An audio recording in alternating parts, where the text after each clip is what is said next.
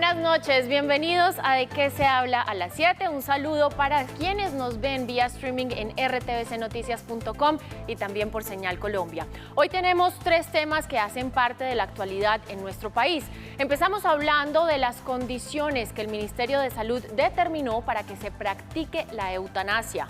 También hablaremos sobre la situación de los militares capturados en Haití y el pedido de sus familiares para esclarecer lo acontecido. Y terminamos hablando sobre el racismo en el fútbol en el marco de la Eurocopa. Comenzamos.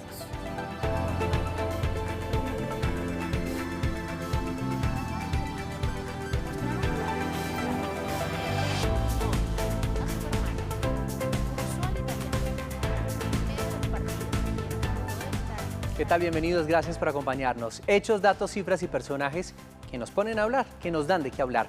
En cumplimiento de la orden de la Corte Constitucional para que reglamente y haga cumplir el derecho a la eutanasia en el territorio colombiano, el Ministerio de Salud expidió la resolución que establece las reglas de juego para la utilización de ese procedimiento médico que sigue generando, por supuesto, fuertes polémicas en todo el mundo, Daniela. Así es, José Fernando. En la resolución de 36 artículos se marcan rutas, plazos e instancias para garantizar el derecho a morir con dignidad que en el país han logrado, después de sendas batallas jurídicas a través de la acción de tutela, decenas de personas. Y mire usted, como en el caso del aborto legal, el ministerio respeta el derecho de un médico a negarse, alegando, por supuesto, la objeción de conciencia a practicar una eutanasia.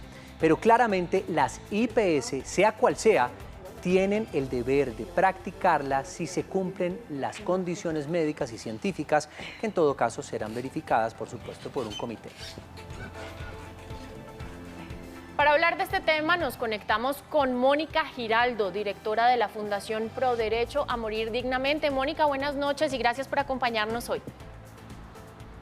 Daniela, buenas noches. José Fernando, buenas noches. Muchas gracias a ustedes por la invitación. Bueno, Mónica, para las personas también que quizás no han tenido la oportunidad de conocer en detalle esta nueva reglamentación, ¿cuáles son esos puntos más importantes que deja la reglamentación o esta resolución sobre la eutanasia? Bueno, yo creo que lo primero que tenemos que tener claro y es que no es una resolución nueva, es decir, la resolución 971 sale el 1 de julio de 2021, pero deroga la resolución 1216 del 2015 que reglamentaba hasta la fecha el procedimiento para acceder al derecho a morir dignamente por eutanasia. Es decir, desde el 2015 en Colombia, como bien lo decía José Fernando en la presentación, en Colombia estaba ya reglamentado el paso a paso para acceder a la eutanasia. ¿Qué tiene valioso esta resolución? Rápidamente, primero, que establece registro de solicitudes de eutanasia. Hasta este momento no estaba, solo se registraban los casos que pasaban por comité de muerte digna y que eran aprobados o negados, pero no se llevaba registro de las solicitudes que se hacían ante los médicos, ante las IPS o ante las EPS. Esta nueva resolución establece esto, que además establece, como bien ustedes lo decían, y es que todos los médicos deben aceptar la solicitud, es decir, la objeción de conciencia se permite, pero solo para la aplicación del procedimiento eutanásico, no para la recepción de la solicitud del paciente. Y tercero, aclara que la solicitud se puede hacer de manera directa, si yo estoy consciente, o de manera indirecta por medio de un documento de voluntad anticipado dejado protocolizado previamente. Las IPS entonces tendrían la obligación de recibir esto y buscar, si es que sus doctores no quieren practicar este procedimiento, ¿debe buscar al personal o a la persona, al médico, al profesional para que la realice? Correcto, José Fernando. Las IPS, EPS y los médicos tienen que recibir la solicitud. Una vez la reciban y verifican que el paciente cumple con esos mínimos es que el paciente se encuentra ante una enfermedad terminal que le genere sufrimiento, dolor y el paciente haya dejado manifiesta esta voluntad de manera directa o por medio de una voluntad anticipada, inmediatamente se conforma algo que se llama el comité de muerte digna.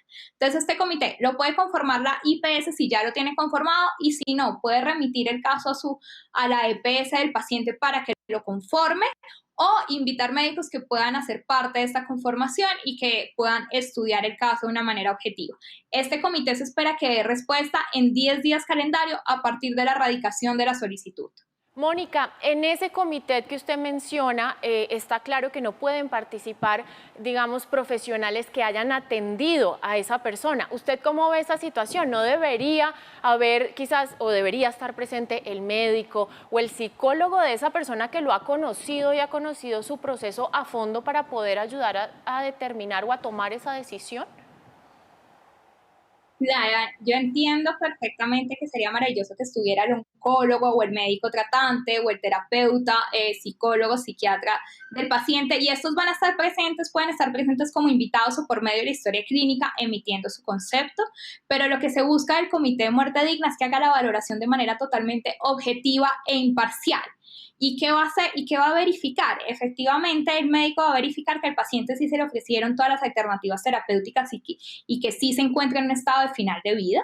Y segundo, el psicólogo psiquiatra va a verificar que el paciente sí esté tomando su decisión de manera libre, informada y voluntaria. Entonces, realmente son comités, y hasta la fecha han funcionado así, que de una manera objetiva e imparcial buscan dar respuesta y acompañar al paciente y, sobre todo, no dilatar y garantizar el derecho a morir dignamente por medio de la eutanasia a quienes lo soliciten. Mónica, esta pregunta es importantísima para entenderla, sobre todo los profesionales médicos. Según esta resolución, ¿cómo quedaría reglamentada la objeción de conciencia? ¿En qué casos se puede dar? ¿Cómo lo puedo manifestar? ¿Qué debo hacer, etcétera, si soy un profesional de la salud? La objeción de conciencia, cada profesional se la debe comunicar de manera escrita a su IPS o a su empleador. Esta de quedar completamente registrada y la IPS de tener conocimiento de esto y aplica, valga la redundancia, la aplicación del procedimiento eutanásico, es decir, solo para el momento de realizar o aplicar la eutanasia al paciente. ¿Qué pasa con las personas que por su enfermedad están en condiciones indignas de vida, pero no tienen la conciencia para poder solicitar la eutanasia? Digamos, en los casos donde de pronto pues es necesario que los familiares tomen esta decisión, Además, quizás no la porque dejó lo por ven. escrito antes, Exacto, ¿no? porque lo que dice esta reglamentación es que usted, casi un poco como la donación de órganos, pues en sus 5 sentidos dice, listo, yo autorizo ser donante de órganos o pido pues que me hagan la eutanasia en caso tal de tener una enfermedad terminal y unas condiciones pues que así lo propicien. Pero hay pacientes que, llegado el momento, pues quizás no pueden tomar esa decisión. ¿Qué pasa con esas personas? Bueno, yo creo que acá tenemos que tener efectivamente la eutanasia solo está despenalizada en Colombia y en el mundo entero, porque además he consultado esto con todos los países donde está despenalizada la muerte médicamente asistida, y está despenalizada solo cuando el paciente deja su voluntad directa o por medio de un documento. Si no hay nada, pues sería mucho más difícil abrir el debate y la discusión, porque se podría prestar efectivamente para que alguien solicite la eutanasia por un ser querido que de pronto nunca lo quiso porque no iba acorde con sus principios y sus valores, y por eso se hace claridad que el objetivo es que la eutanasia pueda ser algo que se verifique que el paciente lo está solicitando de manera directa. En esos casos, cuando no hay nada, no se dejó nada firmado, sabemos que el paciente está a final de vida, que tiene unas condiciones de vida indigna, ¿qué podemos hacer? Recurrir a unos muy buenos cuidados paliativos y que el equipo de cuidados paliativos haga o recomiende lo que se llama adecuación del esfuerzo terapéutico. ¿Eso qué significa?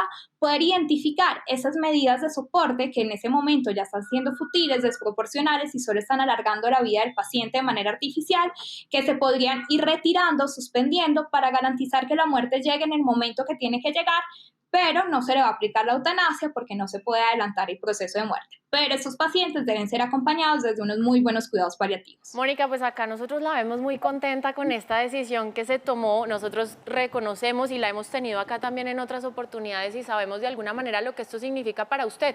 Pero ¿qué decirle entonces a las personas que no están de acuerdo, para las que quizás esto representa un retroceso y no un progreso para la sociedad? Bueno, yo creo que no solo estoy contenta por esto, la resolución al final, pues lo dijimos, la eutanasia en Colombia ya está despenalizada desde hace unos años. Entonces, es más una reafirmación del derecho y nos permite recordarle a los colombianos que si se encuentran en una situación de final de vida, si la eutanasia resuena con ustedes, pues podrían dejar esto manifiesto y esto es maravilloso.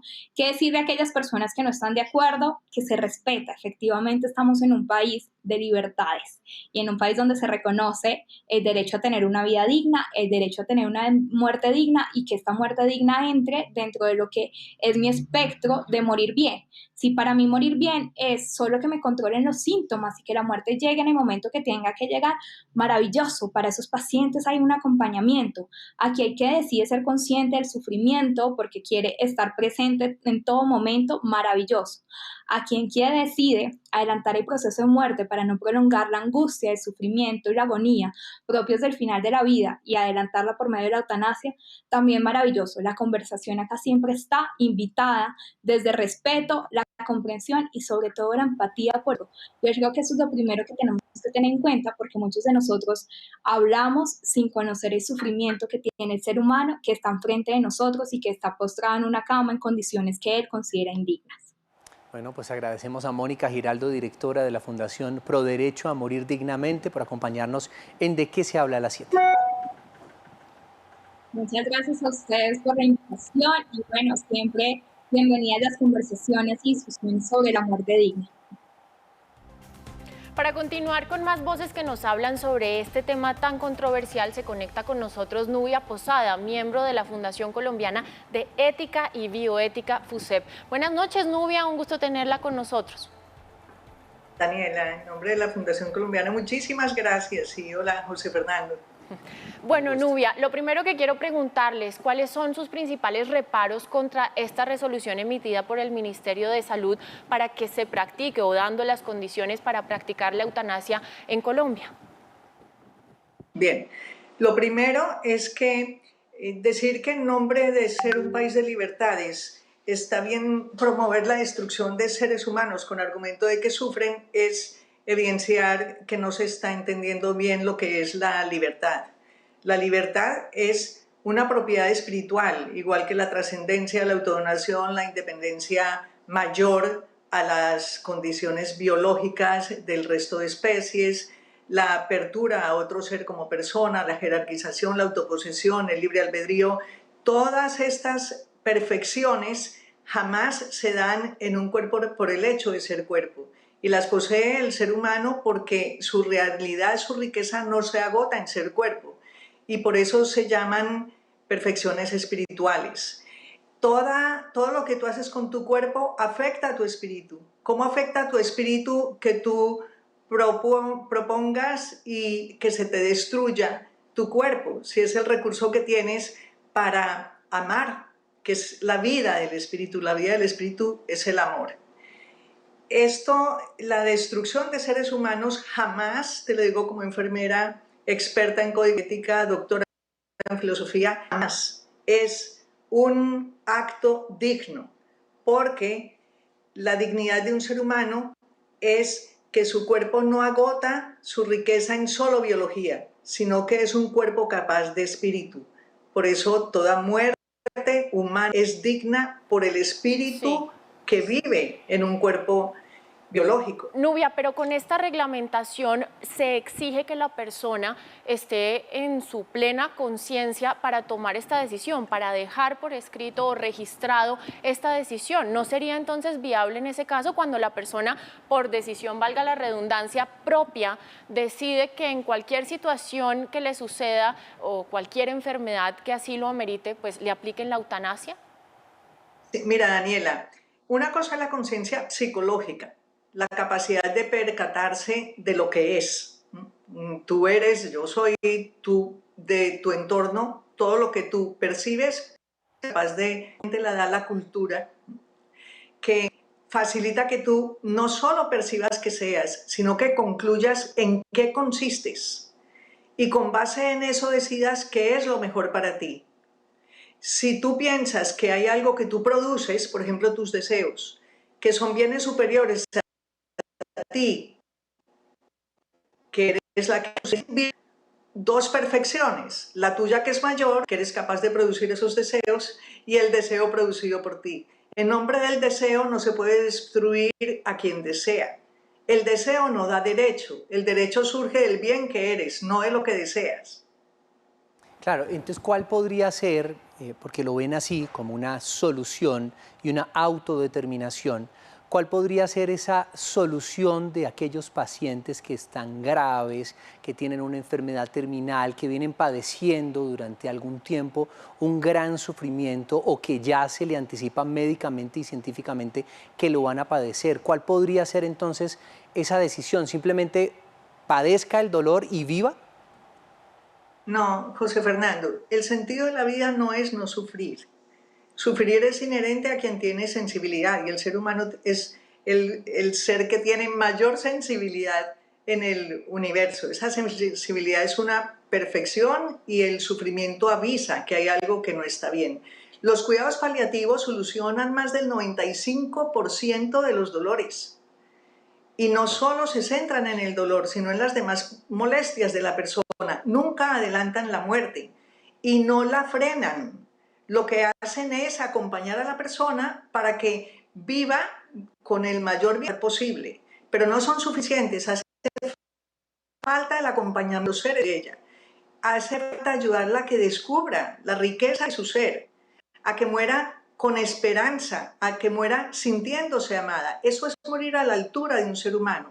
La abdicación de algo negativo jamás te desarrolla como persona. Asumir el bien que eres sí te desarrolla como persona. Bien, pues agradecemos a Nubia Posada, miembro de la Fundación Colombiana de Ética y Bioética, FUSEP, por acompañarnos en De qué se habla a las 7. Muy amable. Muchas gracias, José Fernando y Daniel. Las dos caras de la moneda. Y seguimos con más caras de la moneda, José, con más voces que nos hablan sobre este tema del que venimos hablando, de la eutanasia en Colombia. Y esta vez está Lucas Correa, director de investigación de la Plataforma Social y Jurídica DESCLAP. Gracias por acompañarnos en De qué se habla a las 7, Lucas, y cuéntenos cómo funciona y quién tiene derecho a la objeción de conciencia para la eutanasia en Colombia. Buenas noches, José Fernando. Buenas noches, Daniela. Bueno, miren, la objeción de conciencia en Colombia es un derecho constitucionalmente protegido. ¿De qué se trata la objeción de conciencia?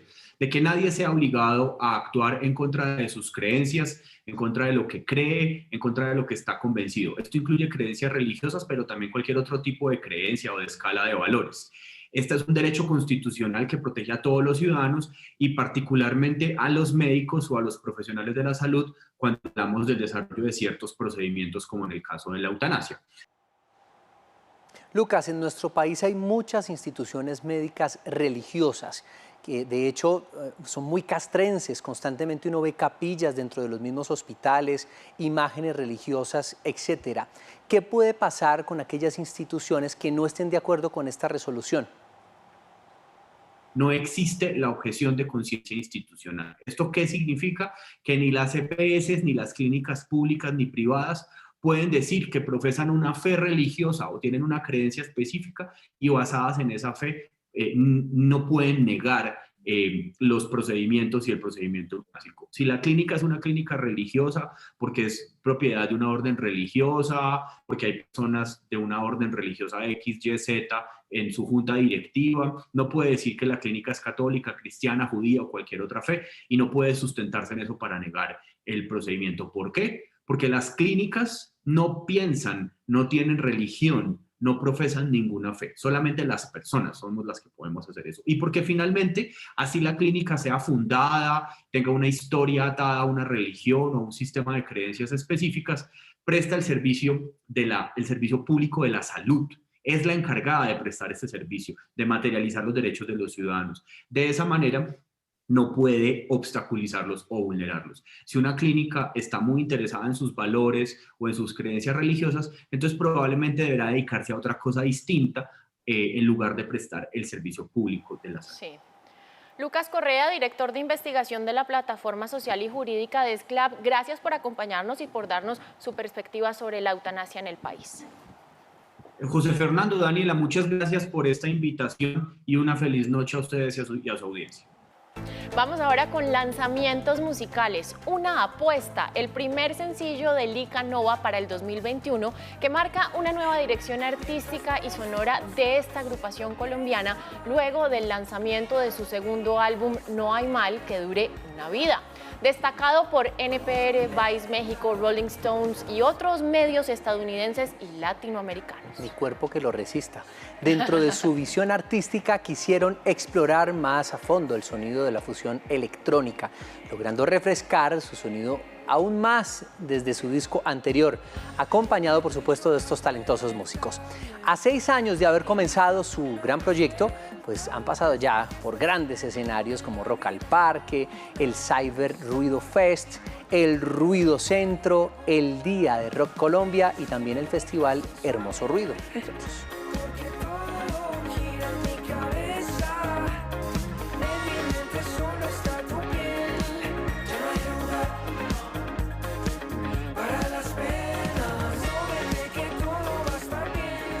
Bueno, y con musiquita vamos a hacer una pequeña pausa. Gran tema de conversación, por supuesto, que da de qué hablar, polémico, la eutanasia. Espero que les haya quedado claro porque hablamos con las dos caras de la moneda. Sí, con las varias caras de la moneda, de hecho. Ya regresamos.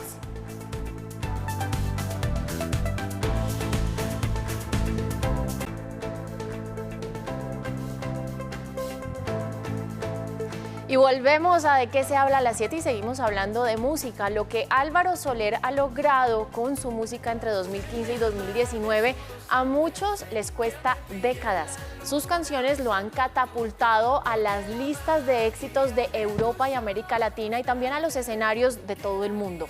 En tan solo 4 años, el músico hispano-alemán ha sido, mire, galardonado con más de 80 discos de oro y platino. También ha vendido 2 millones de álbumes y suma más de 4.500 millones de reproducciones en total en todas las plataformas. José, ¿cómo le parece? Tras compartir escenario, Daniela, le tengo que decir, con superestrellas de la talla de J-Lo, por ejemplo, formar parte del jurado de X Factor, también participar como coach en la edición alemana de La Voz Kids.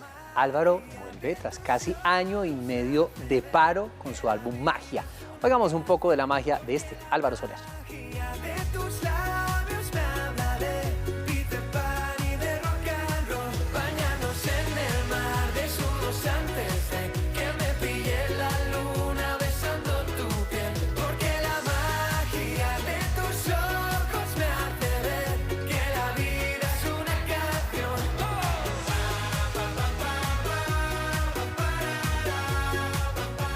Y ahora cambiamos de tema, una noticia que sigue en desarrollo. Una de las hipótesis que ha surgido en torno a la participación de los militares retirados colombianos en el magnicidio del presidente de Haití, Jovenel Moïse, tiene que ver con la posibilidad de que los exuniformados hubiesen sido engañados al ser contratados para proteger y no, atención a esto, para asesinar al mandatario de esta isla. Investigadores del caso que no han sido identificados han dicho a diferentes medios de comunicación que las primeras entrevistas con los familiares de los detenidos han arrojado coincidencias en torno a que los servicios para los cuales fueron contratados fueron los de protección y no, como usted lo dice, los de matar al presidente.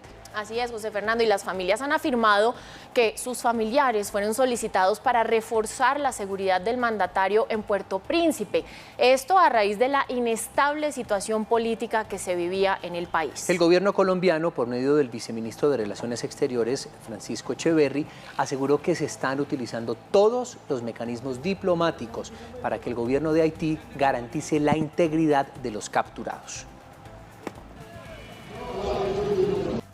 Le expresamos al señor embajador de Haití en Bogotá la necesidad de que nos informe el cómo y el cuándo podemos empezar la repatriación de los cuerpos de los colombianos que murieron en los hechos posteriores al magnicidio del presidente de Haití, los colombianos que están detenidos. Entonces le pedimos expresamente al señor embajador que su gobierno adoptara todas las medidas necesarias para garantizar la integridad física y, por supuesto, psicológica de los connacionales. Así es.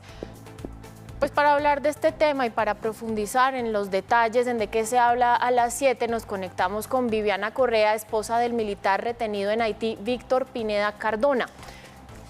buenas noches. Gracias por acompañarnos en De qué se habla a las 7. Muy buenas noches. Gracias. Bueno, gracias también pues por darnos estos momentos en medio de esa confusa situación que ustedes están viviendo. Y lo primero que yo le quisiera preguntar es, pues, ¿cuáles son esas noticias, esas últimas noticias que tienen ustedes de sus familiares? ¿Qué se sabe o qué saben ustedes hasta el momento? Hasta el momento no tengo ninguna información sobre mi esposo. Desde el día jueves que me enteré que estaba retenido en Haití, desde ese día no sé nada. Nada sé. Bueno, justamente, ¿qué fue lo último que habló con su esposo, Viviana? ¿Qué día fue exactamente y qué hablaron? El día martes, en la tarde, él me dijo, amor, ¿cómo está? ¿Cómo está el bebé? Yo le dije, bien, amor. Me dijo, bueno, amor, cuando yo pueda, porque que iban a hacer de comer, porque ellos mismos eran los que hacían pues de comer allí en esa casa para ellos mismos. Me dijo, amor, yo tengo que, ¿cómo están? Voy a ir a ayudarle a un compañero a hacer la comida y entonces ahorita que me desocupe, yo vuelvo y la llamo. Desde eso yo no sé qué pasó. Viviana. El día jueves. Sí.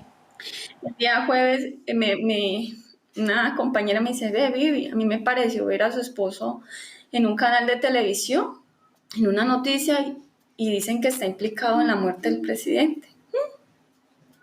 Pues sí, voy a verificar. Y la imagen que tengo es la misma gente sacándolos y subiéndolo a un carro de la policía. Viviana, ¿usted tiene una hija? Tengo un bebé de 17 meses. Un bebé de 17 meses. ¿Cuánto llevaba con su esposo? Llevaba 4 años.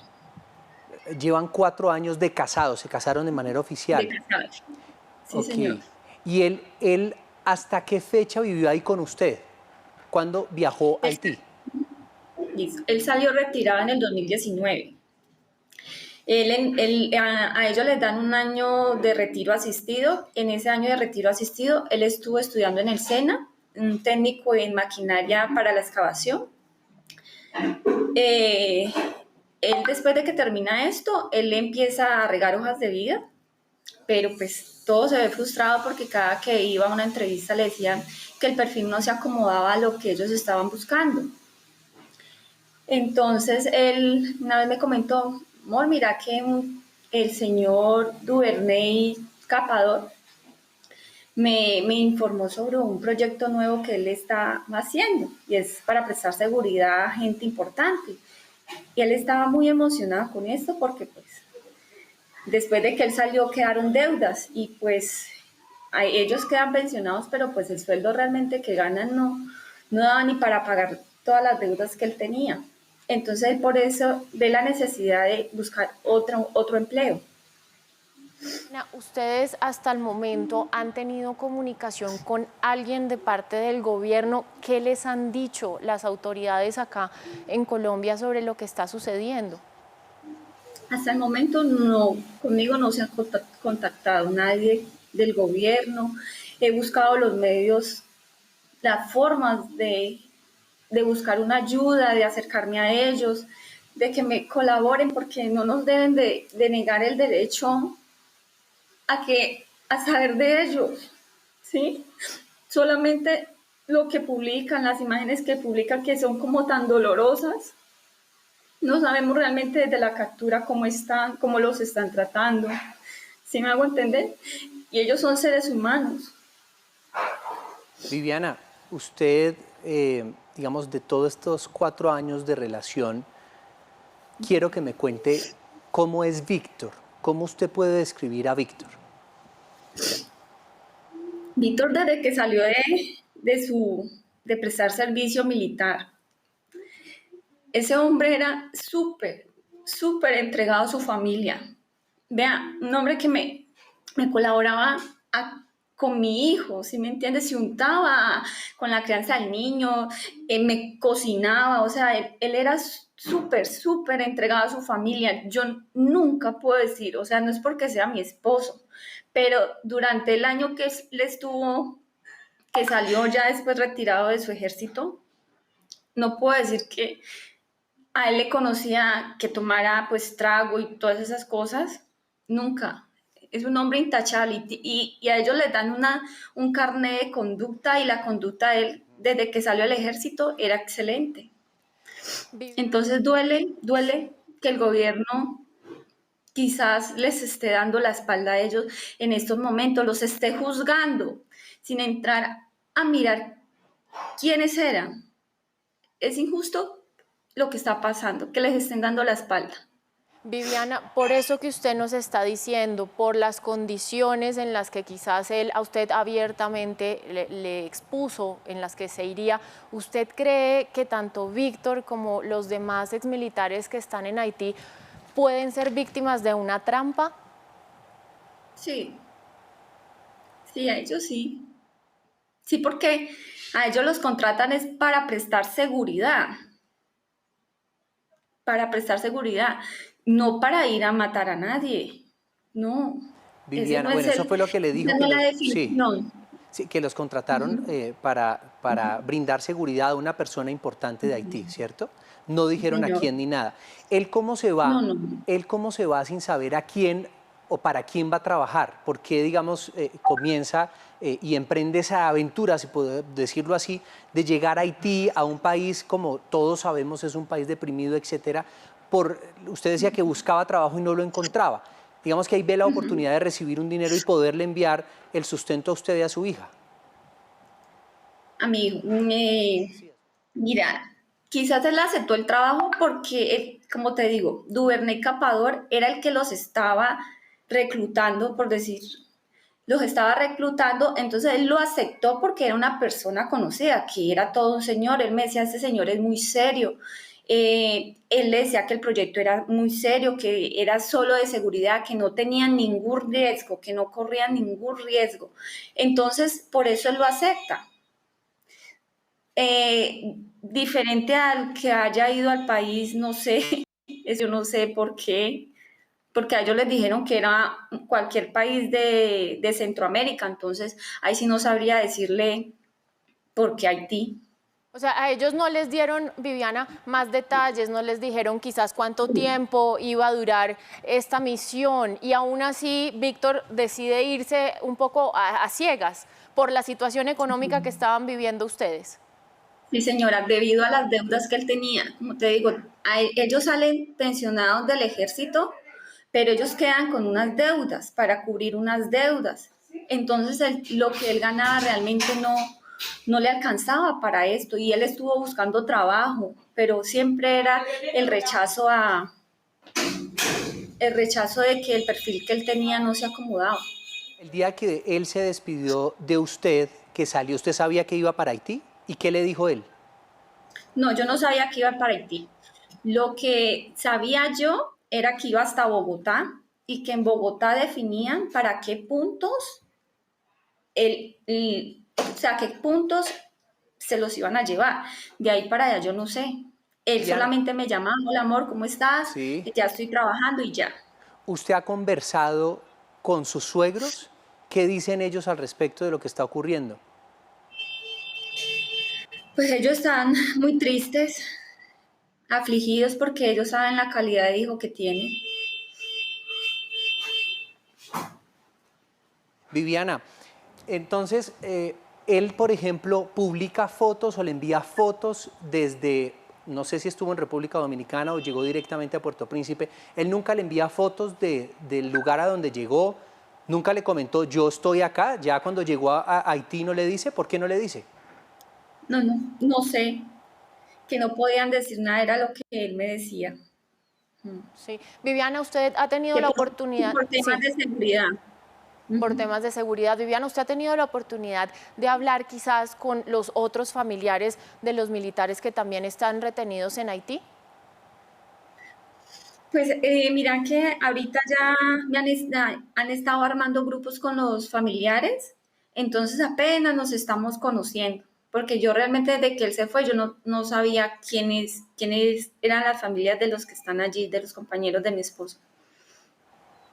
Bueno, pues Viviana Correa, muchas gracias por atendernos. Por supuesto, estamos esperando el resultado de esta investigación por el bienestar de ustedes, de su hijo y por supuesto por conocer la verdad de todo lo que aconteció en Haití tras el magnicidio del presidente de esa nación. Muchas gracias. Muchas gracias a ustedes y les pido, solicito que por favor nos colaboren para saber algo de ellos, para saber cómo están, que no nos nieguen ese derecho, que en el momento no sabemos qué pasó, o sea, qué fue lo que realmente pasó, pero entonces que no nos nieguen ese derecho a saber cómo están ellos allí.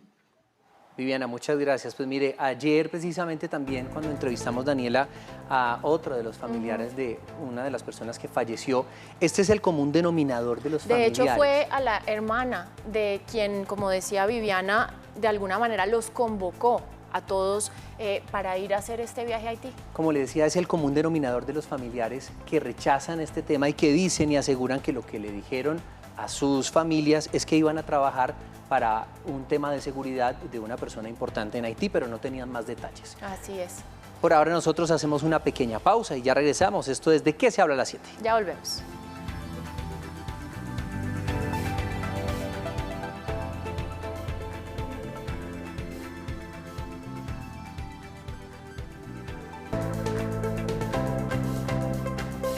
Volvemos a ¿De qué se habla a las 7? Y este domingo Inglaterra no solo perdió la final de la Eurocopa ante Italia, también una batalla en ese empeño de acabar con el...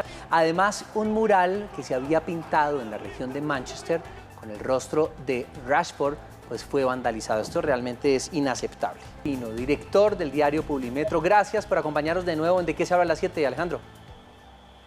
Hombre, no, gracias a ustedes por invitarme, Daniela, un abrazo, buenas noches a todos y esto es una situación lamentable. Así es, Alejandro, pues en parte también preguntarle por qué el racismo es tan fuerte en el fútbol, porque no solamente se ve como en situaciones como la que se vivió ayer, también hay jugadores mexicanos que han sufrido de racismo. ¿Por qué es tan fuerte en este deporte el racismo? Daniela, porque el racismo es fuerte en la sociedad, el fútbol es simplemente una expresión más de la sociedad y lamentablemente en el fútbol y en todos los deportes el racismo está más vivo que nunca gracias al empoderar que se le eche la culpa a alguien y ese alguien generalmente es el de las minorías, ¿sí? En todos los deportes hemos visto actos racistas en los últimos años. El empoderamiento de Trump, el empoderamiento del mismo Johnson en Inglaterra, pues en Gran Bretaña, ha hecho que estas ideas de despreciar lo que no es propio, es decir, de despreciar lo que no se considera normal, entre comillas, por supuesto, sea válido. Y resulta que Inglaterra, que es un país históricamente, Gran Bretaña, siempre digo Inglaterra, Gran Bretaña, que es una nación históricamente multicultural, es decir, fue una nación con muchísimas colonias, la población pakistaní, la población africana, jamaiquinos y demás, en Gran Bretaña es alta, tiene una gran presencia, se ve en su selección y se ve no solamente en su selección de fútbol,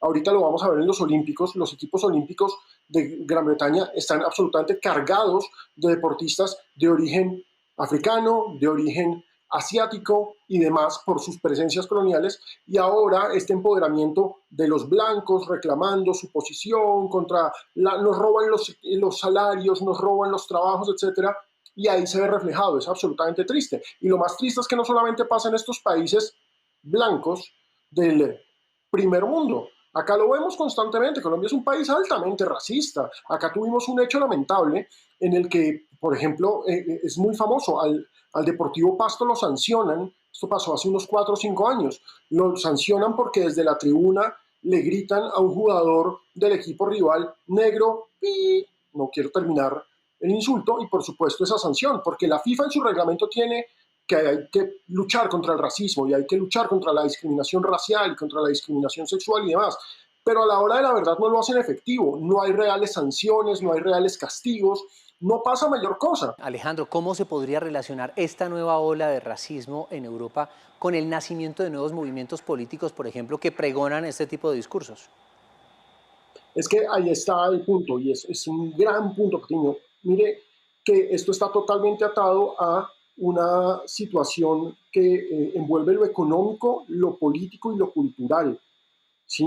Entonces no aceptamos a esos migrantes que están cruzando el Mediterráneo, que vienen desde África, que arriesgan su vida. ¿Por qué? Porque pues es que nos están afectando la economía, y entonces tenemos un montón de gente muerta, ¿sí? En el mar, llegando a las playas y demás, gente que está buscando una mejor vida en Europa y no la encuentra, y muere, y esto comienza ahí. Es el desprecio por el otro, ¿sí? Es el desprecio por ellos nos van a quitar los trabajos. ¿Por qué? Porque como ellos tienen la necesidad, ellos están dispuestos a hacer cosas que nosotros ya no hacemos porque estamos en un estado de confort y de calidad de vida que no aceptamos. Y Europa, que es un continente migrante eternamente, ha empezado a ver mal a sus migrantes, a los migrantes que llegan de otros continentes, de África, de Asia, de Sudamérica principalmente, y este comportamiento, por supuesto, se traslada totalmente al fútbol. Y entonces cuando ese migrante con la camiseta de tu equipo o con la camiseta de tu selección hace las cosas bien, súper bien, ídolo nacional. Pero si llega a hacer algo mal, es un africano, ¿sí? Es un sudaca, es un turco, es un paqui, porque pues ese es el insulto habitual en Inglaterra para la gente de origen de la India o de Pakistán, es un paqui. Entonces, estos insultos tienen toda una carga política de menosprecio a una población que llega migrante a buscar opciones laborales y que por supuesto se vuelve una competencia para la población pobre local o la que tiene menos educación o menos posibilidades, se vuelve una competencia laboral. Y entonces estamos con alguien que no tiene capacidades, que no tiene educación, que no tiene formación, pero que es local, blanco, sí, contra alguien que tal vez tiene mayor empuje, mayor necesidad y termina quedándose con el trabajo. Mire que este entonces, análisis... todo esto lo aprovechan los movimientos políticos, Patiño, y lo aprovechan los movimientos políticos históricamente tanto de derecha como de izquierda para decir, hey, ojo, rechacemos esto. Venga, me encanta que esta conversación, usted es experto en deportes, pero me encanta que haya tomado, digamos, este rumbo de analizarlo de manera más profunda. Porque se dice, por ejemplo, Alejandro, que el que no conoce la historia está condenado a repetirla. Pero en muchos casos yo siento y pienso, no sé si usted está de acuerdo conmigo, que muchos de estos museos que conservan y que cuentan la historia de las víctimas, por ejemplo, y me meto en esta parte del nazismo, por ejemplo, lo que está haciendo es mostrarle a las nuevas generaciones modus operandi, y esa ideología está calando sobre todo en Europa de nuevo, y por eso están haciendo de nuevo de una manera exorbitante el nazismo en las nuevas generaciones. A veces prefiero, y eso es una opinión mía, que es mejor callar esa historia. Claro, las víctimas dirían, pero es que tenemos que recordarla, sentir empatía por ellas. Pero lo que está causando y está generando este tipo de conocimiento, de memoria histórica, es que la gente, al contrario, muchos de esos jóvenes se apeguen a los victimarios y no tengan compasión y empatía con las víctimas.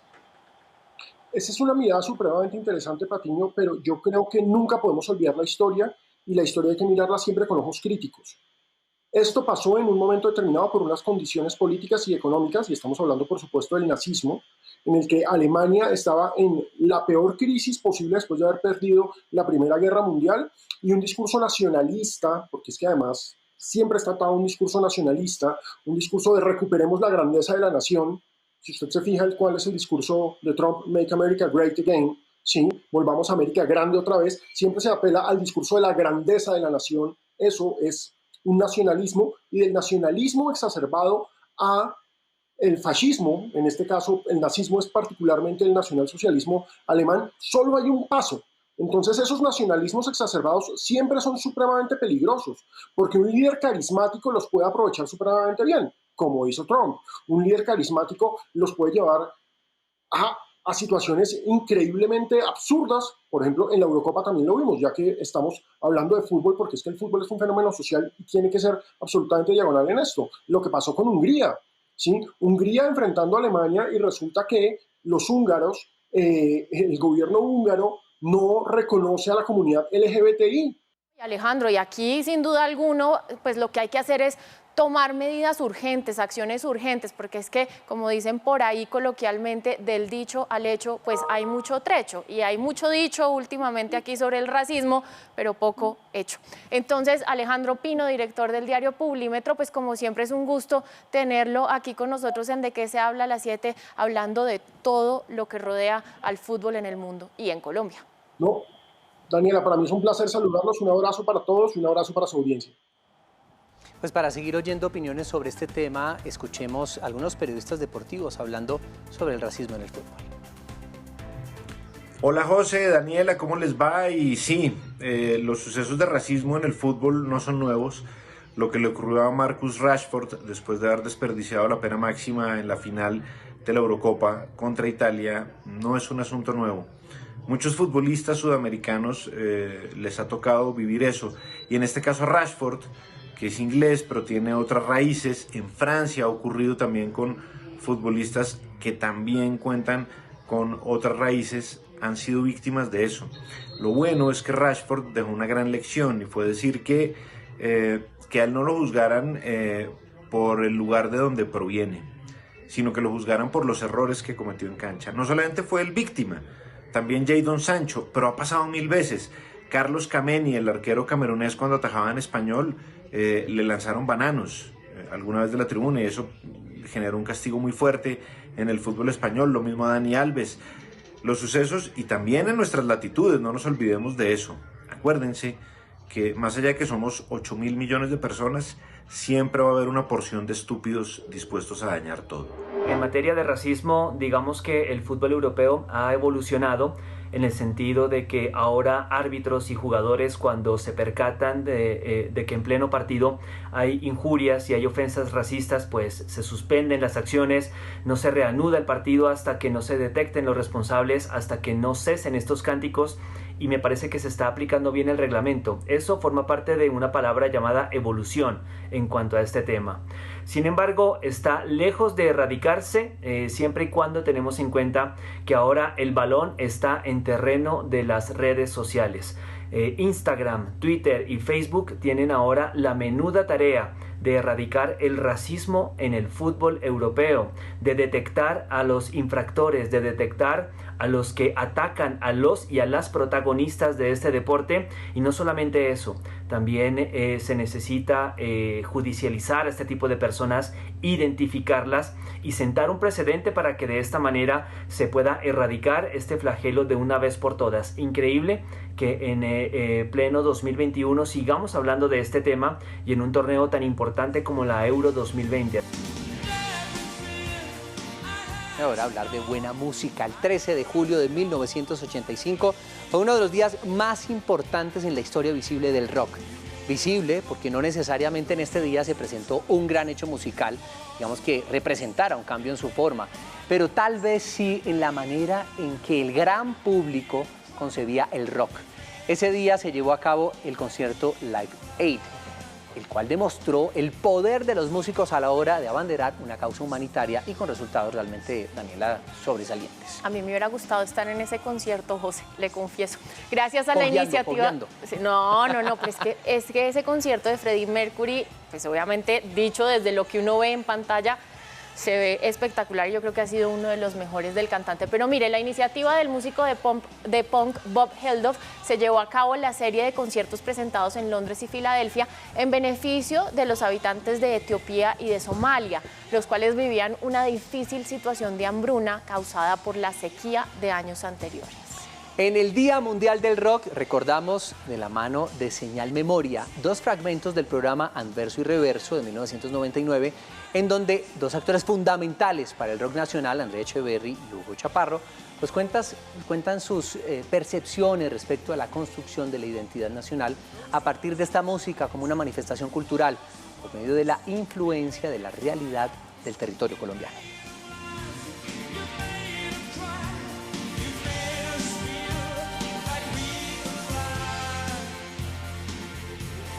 A ver, el rock en sus comienzos sí fue como muy imitativo, ¿verdad? Como que era muy anglo, un poco traducido, pero básicamente era eso.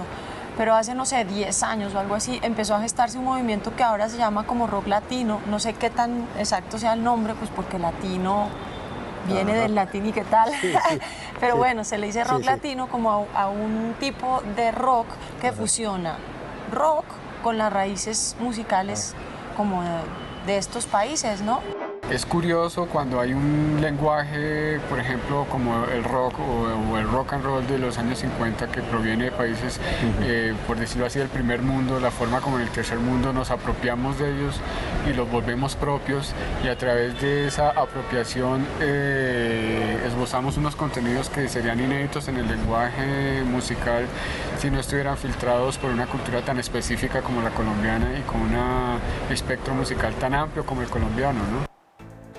Es momento de una actualización informativa con los periodistas y colegas nuestros de RTVC Noticias. Aquí está.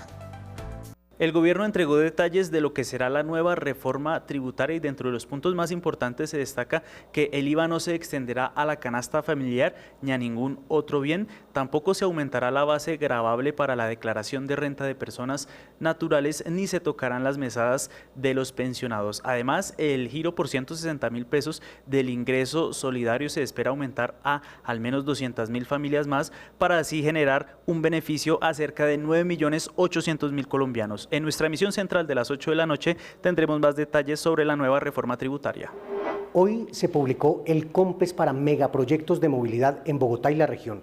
Esto lo que significa es que tanto la nación como el distrito y el departamento de Cundinamarca tienen los recursos destinados y garantizados para proyectos como la línea de metro, también como el Regiotram de Occidente y del Norte, para cables aéreos en la ciudad, para troncales y para muchas obras que van a conectar la movilidad de Bogotá con la región. Es una inversión que supera los 30 billones de pesos y en instantes estaremos contándoles todos los detalles de lo que implica este COMPES y qué sigue ahora en adelante, cuáles son las obras que se van a hacer a través de estos recursos. En el caso de los exmilitares muertos y detenidos en Haití, además vinculados a las investigaciones que se adelantan por el magnicidio del presidente de ese país, les contaremos detalles de la empresa que estuvo detrás del reclutamiento de cada uno de ellos y además de la planeación del viaje. Por otro lado, el ministro de la Defensa, Diego Molano, envió un mensaje de solidaridad a las familias y aseguró que se adelantan las respectivas investigaciones para poder determinar posibles responsabilidades. Los detalles en minutos. Actualizamos noticias de salud. El país sigue avanzando en la vacunación contra el COVID-19. Ya son más de 9 millones de personas con esquema completo de inmunización y se han aplicado 1 millón de monodosis de Janssen. Los gobiernos insisten a las personas para que se vacunen con los biológicos disponibles, esto ante la escasez de la vacuna Pfizer. Desarrollo de esta información en nuestra emisión central. Y de esta manera terminamos de qué se habla a las 7. Muchas gracias por acompañarnos a conversar, eso es este programa, a conversar de los temas actualidad. A ustedes quédense conectados con nuestra emisión central a las 8 de la noche y nos vemos mañana otra vez. Que descansen. Chao, feliz noche.